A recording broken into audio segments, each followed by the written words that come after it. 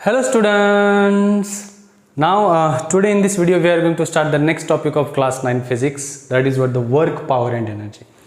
हाँ बच्चों, आज का जो टॉपिक है ना बहुत ही इंपॉर्टेंट टॉपिक है, बहुत ही इंपॉर्टेंट टॉपिक है आपके हिसाब से, क्योंकि बच्चों हमेशा हमें लगता है हम जब भी बात करते हैं वर्क की बात करते हैं, हम जब भी बात करते हैं पावर की, हम एनर्जी की बात करते हैं, तब साइंस उसके पीछे का क्या है, उसके पीछे का फिजिक्स क्या है, ये हमको सबको पता करने की बहुत जरूरी है बच्चों। तब हम जाकर कहीं ना कहीं समझ में पाएगी कि यार हाँ, अब जाकर मैंने कहीं ना कहीं क्या किया, कुछ वर्क करा है ना, कुछ एनर्जी हुई वहां पर, या कुछ पावर कंज्यूम हुआ।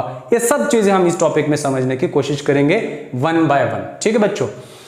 सो first of all in this topic we are going to start the first one, that is called the work. बच्चों जब हम इन जनरल बात करते हैं, माना कि आप 10 घंटे पढ़ाई किए हो, राइट, 15 घंटे पढ़ाई की हो या 20 घंटे पढ़ाई की हो, माना कि चलो पॉसिबल है, करेक्ट। क्या हमने कुछ वर्क किया? हमने ना बच्चों, कुछ वर्क किया क्या?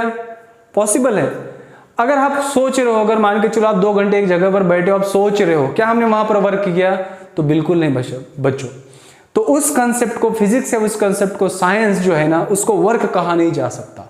तो वर्क की डेफिनेशन क्या है, तो वर्क को हम क्या कहेंगे, दैट इज वेरी इंपॉर्टेंट। तो क्या है बच्चों वर्क? वर्क की हम भाषा करेंगे। पहले हम क्या पढ़ने की कोशिश करेंगे बच्चों? हाँ, वर्क, इट्स वेरी इंपॉर्टेंट बच्चों। वर्क क्या होता है? Work done, work is done. क्या कहूंगा मैं? Work is done, work is said to be done, work is said to be done when force causes some displacement। हाँ बच्चों, ये वर्क डन है आपका, इसे क्या कहोगे? वर्क डन कहोगे। मतलब क्या है कि वहां पर क्या होनी चाहिए बच्चों? कुछ फोर्स होना चाहिए। फोर्स है तो वहां पर कुछ ना कुछ तो क्या होना चाहिए? डिस्प्लेसमेंट होना चाहिए। इसे हम क्या कहेंगे? वर्क कहेंगे, राइट, वर्क डन कहेंगे। माना क्या, कैसे? अगर यहां पर कोई फुटबॉल है बच्चों, आपने इसको किक किया, मतलब क्या लगाया आपने? फोर्स। क्या ये कुछ डिस्प्लेसमेंट तय करेगा? Yes sir, it will travel some displacement. क्या यहां पर वर्क हुआ? Yes, there is some work is done. यहां पर क्या हुआ बच्चों? वर्क इज डन, हाँ या ना? यस। लेकिन आप एक ही घंटे पर बैठकर, एक ही जगह पर बैठकर अगर 10 आवर पढ़ाई कर रहे हो, तो यहां का वर्क 0 है बच्चों, कोई वर्क ही नहीं है। ये वर्क की डेफिनेशन हो ही नहीं सकती। तो वर्क की डेफिनेशन क्या है? जब वहां पर कुछ फोर्स हो और उस फोर्स ने उस ऑब्जेक्ट को कुछ डिस्प्लेसमेंट, कुछ दूरी तय की हो, तब हम जाकर वहां पर क्या कहेंगे? Some work is done, right. तो वर्क की परिभाषा ये है बच्चों, वर्क की डेफिनेशन ये है बच्चों, ये आपको समझना होगा। You get what I am saying? This is a very important case. जब हम बात करेंगे वर्क की, कि जब कब बात करेंगे हम वर्क की, करेक्ट। इसका मतलब है, बहुत सारे एग्जांपल दे सकते हैं हम। कैसे? माना कि कोई किताब मैंने उठाया यहां से, क्या वर्क हुआ? आपने ट्रॉली ऐसे उसको फोर्स पुश कर रहे हो आप उसको, क्या वहां पर वर्क हुआ? आप उस ट्रॉली को पुल कर रहे हो, क्या वहां पर वर्क हुआ? बच्चों आप जब मॉल्स पर जाते हो, कहीं पर भी जाते हो, जब आपके हाथ में ट्रॉली होती है बच्चों, अब उसको आपको खींच के लेकर चले जाते हो, क्या वर्क कर रहे हो? हाँ, आप वर्क कर रहे हो। लेकिन बच्चों ये जो वर्क हम करते हैं, ये वर्क बहुत सारी चीजों के ऊपर डिपेंड करता है। So we will try to understand one by one what are the things on which the work is actually depends. तो यहां पर मैं आपको 2 कंडीशंस बता देना चाहता हूं बच्चों। कोई भी वर्क डन होने के लिए कौन कौन से कंडीशन सेटिस्फाइज होने चाहिए? तो क्या मैं बता रहा हूं यहां पर कंडीशंस। पहली कंडीशन ये है बच्चों कि there must be some force, there must be some force. और second condition, that force has to be displace that object। तो यहां पर क्या होना चाहिए आपका? डिस्प्लेसमेंट भी होना चाहिए बच्चों। तो ये दोनों चीजें वहां पर सेटिस्फाई हुई, तब जाकर हम क्या कहेंगे? हाँ, वर्क इज डन। अगर नहीं तो वर्क नहीं हुआ बच्चों। तो वहां पर वर्क क्या होगा आपका? 0 होगा। This what exactly is the concept, it is to be called as work done. और वर्क की भाषा ये है बच्चों, वर्क की डेफिनेशन ये कहती है। लेकिन जब हम वर्क के बारे में बात करेंगे, अगर मानकर चलो वर्क डन इन कांस्टेंट फोर्स, मतलब जब कांस्टेंट फोर्स होता है तब क्या वर्क डन किया जाता है, तब की हम बात करेंगे बच्चों। क्या वर्क डन होगा उस समय? उस समय का जो वर्क डन होता है बच्चों, मतलब कैसे? माना कि ये आपका ऑब्जेक्ट है, इस ऑब्जेक्ट के ऊपर हमने क्या किया बच्चों, कुछ फोर्स लगाया, तो ये ऑब्जेक्ट जाकर कुछ ना कुछ तो क्या करेगा, हाँ कुछ ना कुछ तो दूरी तय करेगा। It will displace from its original position, correct, by what, by some displacement, yes correct. Whatever the force that you applied here, यहां पर जो भी आपने फोर्स अप्लाई किया है ना बच्चों, वो फोर्स कैसा है, कांस्टेंट है। कैसा फोर्स है, कांस्टेंट है। तब वर्क आप निकाल सकते हो W is equal to F into S. Yes बच्चों, ये आपका वर्क डन हुआ।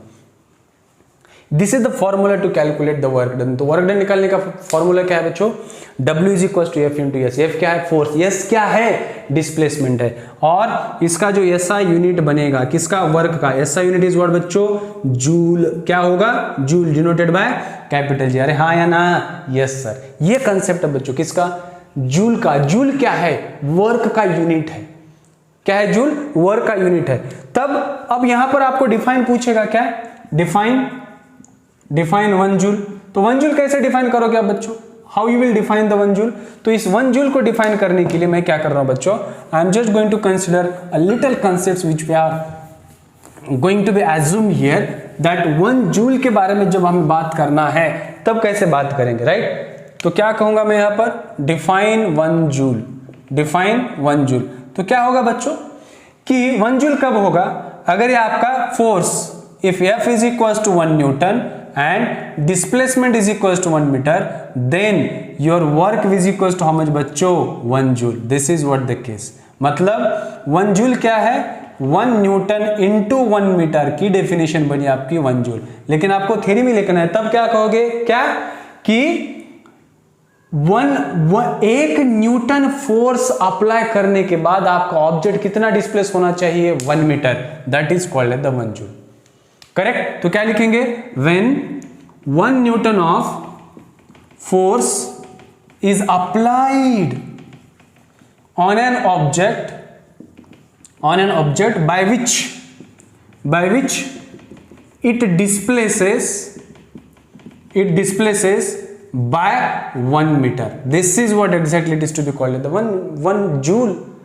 करेक्ट। 1 न्यूटन फोर्स अप्लाई करने के बाद वो कितना डिस्टेंस, डिस्प्लेसमेंट तय किया उसने बच्चों, 1 metre travel. That is what exactly it is to be called the 1 joule, correct. लेकिन बच्चों हम सभी को पता है ये वर्क डन की कांस्टेंट की भाषा में कर रहा हूं। कांस्टेंट मतलब क्या, हमने कितना फोर्स लगाया, 10 न्यूटन, ये कांस्टेंट हुआ बच्चों, करेक्ट। दूसरी भी बात यहां पर याद में रखना आप कि जो भी फोर्स हम यहां पर लगा रहे हैं इस ऑब्जेक्ट के ऊपर, तो ऑब्जेक्ट कहां जाना चाहिए बच्चों, that object has to be travel in the direction of applied force. वो ऑब्जेक्ट कहां जाना चाहिए, जिस दिशा में आपने फोर्स, जिस डायरेक्शन में आपने फोर्स अप्लाई किया है, उसी डायरेक्शन में आपको ऑब्जेक्ट जाना चाहिए।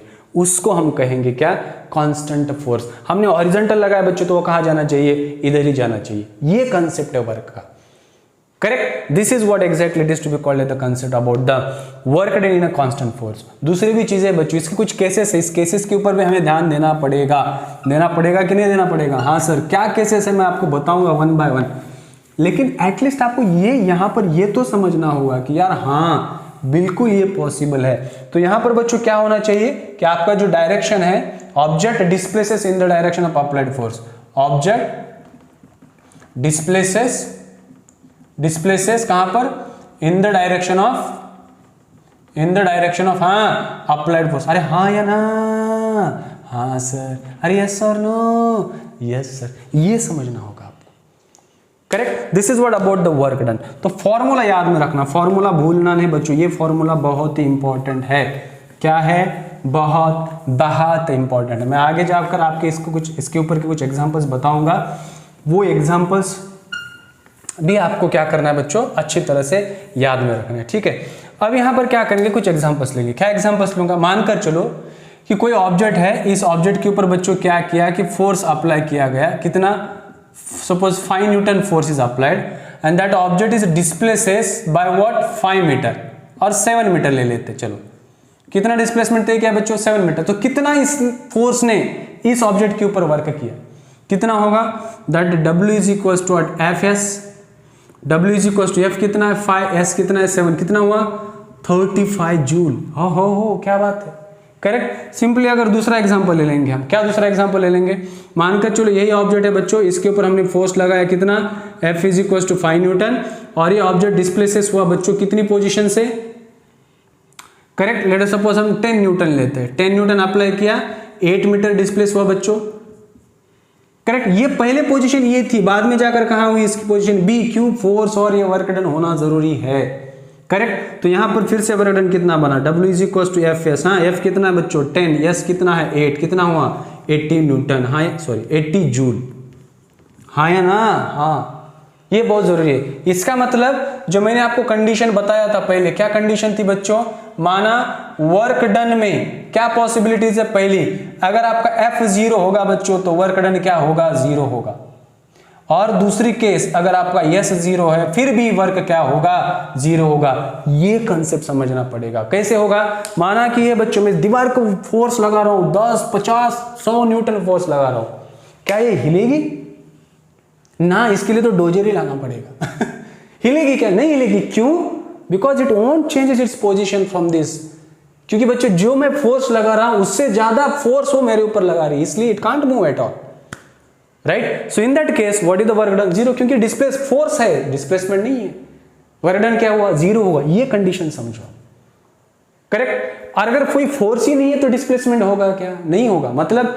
Either of this two, if anyone is 0 work done is 0, force 0 हुआ या डिस्प्लेसमेंट 0, अगर इन दोनों में से एक भी चीज 0 हुई बच्चों तो पूरा का पूरा आपका वर्क वहां पर क्या हो रहा है, ढेर हो रहा है, यानी कि 0 हो रहा है, करेक्ट, 0 हो रहा है, ये समझना होगा आपको, ये हाँ या ना, यस, ओहो यस और नो, यस, ये समझना होगा आपको। सो इन दैट सिमिलरली मैं अगर यहां पर कुछ एग्जांपल्स हमने देखा बच्चों, अब मैं आगे जाकर आपको कुछ 2-3 केसेस बताऊंगा, इन केसेस के ऊपर जब आपको सोचोगे ना बच्चों तो आपका कंसेप्ट और क्लियर हो जाएगा, क्लियर। अब मैंने क्या कहा यहां पर कि हमने फोर्स कहां लगाया बच्चों, फोर्स लगाया तो ऑब्जेक्ट उसी दिशा में जा रहा है। अब अगर मानकर चलो हम क्या कर रहे हैं, when force is applied at an angle theta with the horizontal, समझ में आ रहा है ना बच्चों। चलो देखते हैं क्या केस क्या कहती है, समझो बच्चों। अगर मानकर चलो यहां पर मैंने क्या किया कि एक ऑब्जेक्ट लिया बच्चों, समझो आप, ये बहुत ही इंपॉर्टेंट है, यस और नो, यस। चलो ये ले लो, करेक्ट, यहां पर ऑब्जेक्ट है बच्चों, this is what the object is placed, ये हॉरिजॉन्टल डायरेक्शन, ये डिस्प्लेसमेंट इसका इधर होना चाहिए, लेकिन हमने क्या किया कि फोर्स इस डायरेक्शन में अप्लाई किया, तो इन दोनों के बीच में कुछ एंगल बना, यस और नो, यस, थीटा, ये कंसेप्ट है बच्चों। तो इस फोर्स के ना 2 कंपोनेंट, मतलब ये जो थीटा है this is the angle between the force and yes, theta किसके बीच का है, डिस्प्लेसमेंट और फोर्स के बीच का जो भी एंगल होगा बच्चों वो थीटा है, करेक्ट। तब हम फोर्स को क्या करेंगे बच्चों, 2 कंपोनेंट में उसका रिजॉल्व करेंगे, एक होगा इसका horizontal, in the direction of theta it is taken as F cos theta, और in the direction of vertical it is taken as F sin theta. जिस डायरेक्शन में थीटा हो उसको, ये थीटा का ये है तो इसलिए cos, अगर थीटा इधर होता तो ये cos होता, तो ये cos बना, ये sin बना, ये ट्रिग्नोमेट्रिक फंक्शन है बच्चों। तो वर्क डन क्या होगा इस केस में, बहुत इंपॉर्टेंट है बच्चों, तो वर्क डन होगा, फोर्स कितना है इस डायरेक्शन में, F cos थीटा, और ये S, सो Fs cos थीटा, ये फोर्स बनेगा बच्चों, ये बहुत ही इंपॉर्टेंट है। ये जो फॉर्मूला मैंने यहां पर लिखा हूं, ये formula is very very important, क्यों, क्योंकि फोर्स इधर लगाया मैंने, लेकिन आपका ऑब्जेक्ट कहां जा रहा है, हॉरिजॉन्टल। हाँ माना कि ठीक है डिस्प्लेसमेंट थोड़ा कम तय करेगा, लेकिन वो जरूर करेगा। अब यहां पर सोचने वाली बात है कि आप कह रहे हो कि सर वर्टिकल भी कंपोनेंट है, क्या ये वर्क करेगा, क्या इस ऑब्जेक्ट को ऊपर लेकर जाएगा, नहीं होगा बच्चों, एक्चुअली ये तो एब्सेंट रहेगा ही, लेकिन आपका ऑब्जेक्ट जाएगा किधर, हॉरिजॉन्टल ही दिशा में जाएगा, इधर ही जाएगा, ऐसे जीम कर चला जाएगा, लेकिन ये होगा वहां पर, करेक्ट। तो ये जो भी डिस्प्लेसमेंट होगा ये कौन से कंपोनेंट इस फोर्स से होगा बच्चों, horizontal, that is cos theta से होगा, F cos थीटा से आपका डिस्प्लेसमेंट तय करेगा, करेक्ट। अब इसके 3 केसेस है, 3 केसेस मतलब is it possible that work is positive, 0 और नेगेटिव, क्या ये 3 चीजें पॉसिबल है बच्चों, सोचने वाली बात है। Is it possible that your work is positive, negative और 0, हाँ बच्चों ये पॉसिबल है, कैसे पॉसिबल है, जरा सा ध्यान से देखिएगा आप इस डायग्राम को। करेक्ट। केस वन क्या कहती है बच्चों, अगर ये आपका ऑब्जेक्ट है, this is what the object, right, force is applied in the direction of displacement, displacement भी उधर ही बच्चों, तो फोर्स और डिस्प्लेसमेंट में अंतर कितना हुआ, एंगल कितना हुआ, थीटा इक्वल टू 0 डिग्री। ये केस पहली बनी बच्चों। तो वर्क डन कितना हुआ आपका, W is equal to F s cos 0। बच्चों कॉस 0 कितना होता है, 1 होता है, हमेशा याद में रखना है, ट्रिग्नोमेट्रिक स्टैंडर्ड वैल्यूज है ना। तो W कितना बना बच्चों, Fs। क्या ये पॉजिटिव है, yes. Maximum work is done when force is object is travelled in the direction of applied force, तब सबसे ज्यादा मैक्सिमम वर्क होता है। तो यहां पर वर्क क्या मिला हमें, पॉजिटिव मिला, हाँ या ना बोलो, यस सर। करेक्ट। केस 2 देखते हैं बच्चों, केस 2 क्या कहता है। करेक्ट। केस 2 भी बहुत इंपॉर्टेंट है। क्या है केस 2, मानकर चलो कि हमने यहां पर एक ऑब्जेक्ट लिया, ये ऑब्जेक्ट लिया बच्चों, डिस्प्लेसमेंट मुझे इधर लेकर जाना है, लेकिन फोर्स मैंने इधर ऐसे लगाया, तो इन दोनों में फोर्स एंगल कितना बना बच्चों, theta is equal to 90 degree, yes और नो, यस। थीटा कितना बना, 90 डिग्री बना सर, अब बाबा तो क्या होगा, अब W is equal to F s cos 90, cos 90 कितना होता है राजा, कॉस 90 होता है 0 बच्चों। तो वर्क डन क्या हुआ आपका, 0 हुआ। वर्क डन क्या हुआ आपको, 0 हुआ। मैं आपको एग्जांपल दे दूंगा आगे जाकर, लेकिन ये आपको समझना होगा बच्चों। ये फॉर्मूला मैं इसलिए बता रहा हूं ताकि आपको ये केसेस समझ में आ जाए। करेक्ट। अब जो तीसरी केस है that is called the case 3। Case 3 क्या है बच्चों, मानकर चलो कि यहां पर ये आपका ऑब्जेक्ट है, ये आपका ऑब्जेक्ट, मैंने बच्चों फोर्स इधर लगाया और मुझे लेकर जाना था कहां पर, यहां पर, लेकिन आपका ऑब्जेक्ट किधर जा रहा है, इधर जा रहा है। मतलब फोर्स और डिस्प्लेसमेंट में कितना एंगल बन रहा है, 180 डिग्री बन रहा है। तो थर्ड केस बनी बच्चों आपकी कितनी, theta is equal to 180 degree. Theta is equal to क्या बना, 180 डिग्री बना। जब ये theta is equal to 180 degree बना बच्चों, तब जाकर अगर आप फॉर्मूला इसका बनाओगे तो ये कितनी वैल्यू होगी इसकी, that W is equal to F cos 180। Cos 180 कितना होता है पता है आपको, कॉस 180 इज इक्वल टू -1। तो W क्या बना आपका, -Fs, हाँ या ना, यस। मतलब यहाँ का जो भी वर्क डन है वो क्या है बच्चों, नेगेटिव है। अरे है या नहीं, तो जो मैंने कहा था आपका, क्या वर्क डन पॉजिटिव है, क्या वर्क डन 0 है, क्या वर्क डन नेगेटिव है बच्चों। ये 3 केसेस आपको डिफाइन करता है कि आपका वर्क पॉजिटिव होगा, 0 होगा, नेगेटिव होगा, हाँ या ना, हाँ sir, right. So this is a very important case in case of what the work, in case of what work. बच्चों मैं एग्जांपल देता हूं, मानकर चलो किसका एग्जांपल, कुली का एग्जांपल। करेक्ट। उसने सामान उठाया बच्चों और उसने अपने सर के ऊपर रखा, क्या उसने वर्क किया, उठाते समय तक, उठाने से लेकर सर तक रखने तक, यस उसने वर्क किया। क्यों, वो फोर्स लगा रहा है और उसके साथ वो कुछ दूरी तय कर रहा है, ग्राउंड से लेकर उसके सर तक की जो भी हाइट होगी उसकी। लेकिन अगर मानकर चलो वही कुली बच्चों अगर वो सामान लेकर ऐसे चल रहा है, ऐसे चल रहा है, क्या उसने वर्क किया बच्चों, वर्क नहीं हुआ बच्चों, वर्क 0 है। क्यों, this is the object and this is the force, how it is perpendicular, तो क्या होगा, सब कुछ 0 होगा, वर्क 0 होगा। यही केस है, राइट। तो कभी भी अगर कोई भी, अरे यार सिंपल सी बात है, आपको इधर लेकर जाना रहा और ऊपर फोर्स लगा रहे हो तो क्या वो हिलेगा, नहीं हिलेगा ना यार, नहीं हिलेगा राजा। ये कंसेप्ट है, this is all about the work बच्चों, राइट। अब एक और एक बात है वर्क के बारे में, that I wanted to tell you, that is very very important राजा, वेरी इंपॉर्टेंट। क्या है इंपॉर्टेंट, देख लेना आप इसको ना, सोचना पड़ेगा आपको। ये जो चीजें मैं बता रहा हूं आपको ना, ये अपने आप में बहुत खास है बच्चों, बहुत खास है, जरा सोचिएगा इसके बारे में, ठीक है। अब क्या केस बताने जाने वाला हूं मैं, just try to understand it, ठीक है। ये थोड़ा सा हार्ड जा रहा है मिटाने के लिए, कोई बात नहीं बच्चों, मिटाएंगे जरूर हम इसको, है ना। जैसे हम पढ़ने की कोशिश, let us try to understand what is that. अगर मानकर चलो बच्चों ये पॉइंट ये है और ये पॉइंट बी है, let us suppose this is the point A and this is the point B, okay. आपने क्या किया कि यहां से यहां वर्क किया, let us suppose this is called the W1। आपने एक दूसरा रास्ता तय किया बच्चों, आप जिस रास्ते से आए that is called the W2। आपने और एक रास्ता तय किया, this is what the W3। आपने और एक रास्ता तय किया, this is what the W4।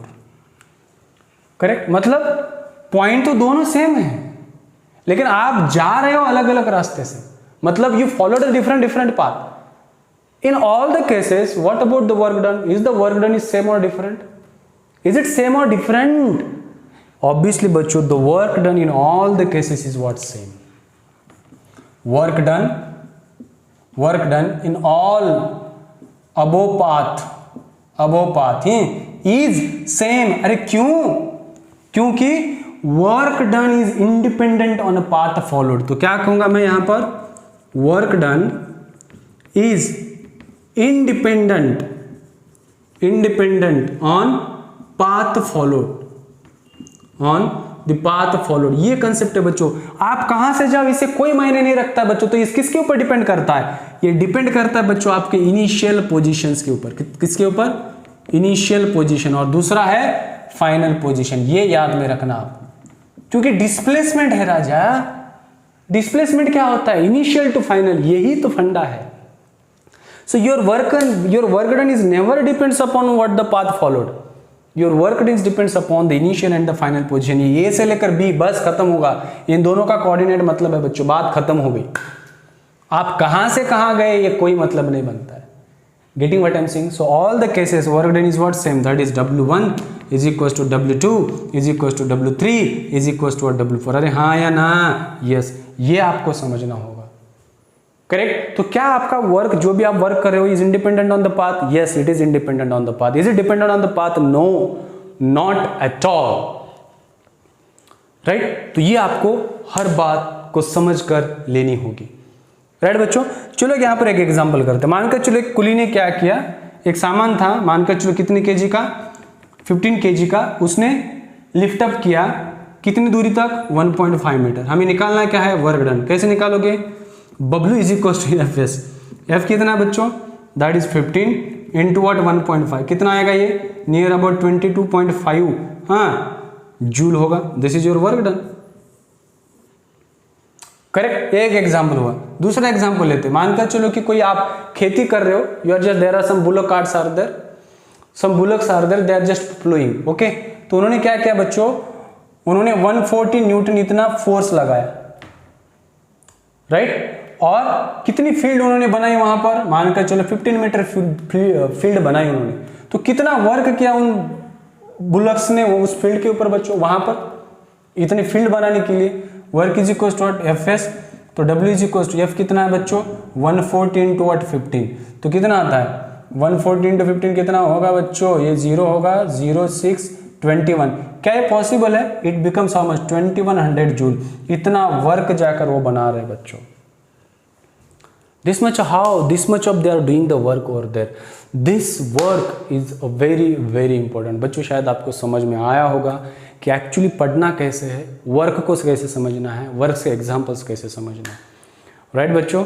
I hope it is very much clear to all of you. If you have any problem, any suggestions, please do comments over there and keep on watching these channels and don't forget to subscribe it. Thank you so much for watching.